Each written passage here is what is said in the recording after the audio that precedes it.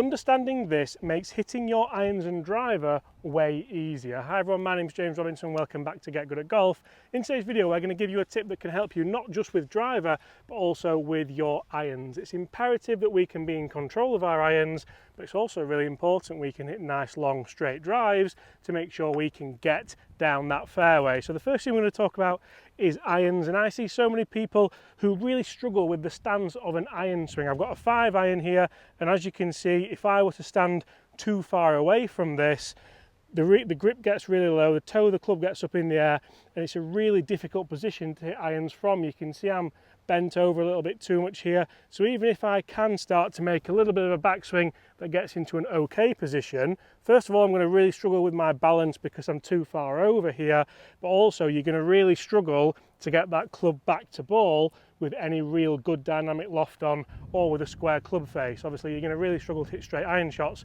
if you can't square that club face up nice and consistently. But what I also see is sometimes people who are stood way too close to the ball here, and as you can see this makes it just as difficult to take the club away. Even if you do manage to get it to a good position at the top, there's no way you can rotate your body down and have any athletic movement whatsoever because you're just too close. You can't get out of your own way to be able to get that strike. That's generally when you see people hit it out of the hosel. That's generally when you see people who really flip the hands at it and probably injure themselves as well just a little bit. So okay, we know we don't want to stand too far away, we don't want to stand too close, especially with irons.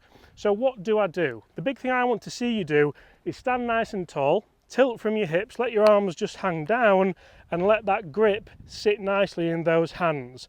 From there, just get it so that the lie angle of the club is nice and flat, and then you can see I'm in a nice posture here to be able to work around my body. So if I do all that correctly, I can load up to the top of the backswing, and from there I can hit nice straight golf shots because it's a nice consistent way of standing, and all I'm doing is working that club around my body. Okay, so that's a really good way of working how to stand to an iron. Now what do I do with a driver? Obviously we know that a driver is designed to go a long way. That means it's got a very long shaft length. This should be the longest club in your bag unless you use some kind of special putter that you can't even anchor it anymore, so I don't know why it wouldn't be the longest club in your bag. It's also going to be, apart from your putter, the least lofted club in your bag, so essentially it's probably the hardest club in the bag to control. So it's really important that we stand nice and wide to this. It's really important we get a nice stance. So if I stand nice and wide here, that allows me to take the club away really low to the ground and work it around my body. You'll see one of the big things that's changed here is, yes, I'm further away from the ball, but while Chris has stood there, you can see my ball position's changed dramatically. The ball position's moved forward as opposed to with the iron it was further back.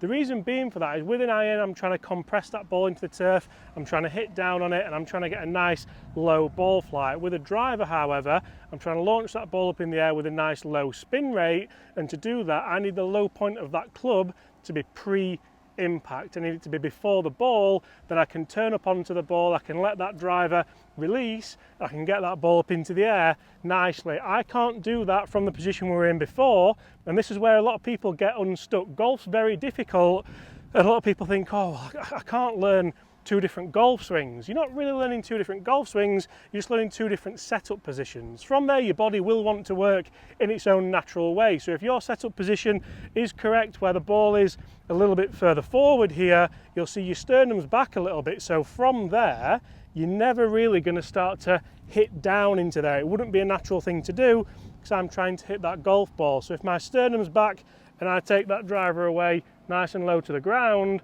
as I turn through and get my weight forward, the low point is always going to be around where my sternum is. So from there I can keep turning, hit the ball on the way up, and it's a totally different impact position that you will see with the driver as opposed to the iron. So if I hit you a drive down this fairway now, you'll see again I'm going to go for that same setup. If you're struggling to get consistency, nice and tall, tilt from those hips, flex those knees a little bit, get that driver just sitting at a nice neutral lie angle. I don't want it sat down here, but I don't want it sat all the way up here. I want it nice and neutral. So from there I can get into a position that feels really comfortable, and with the ball position being forward, nearly got stung in the face then, with the ball position being forward I can just take it back nice and low to the ground and hit a lovely high shot down the right hand side of that fairway. That's a really important way that you guys can start to differentiate between hitting good iron shots, good drives and mashing them together, so ultimately you can get good at golf.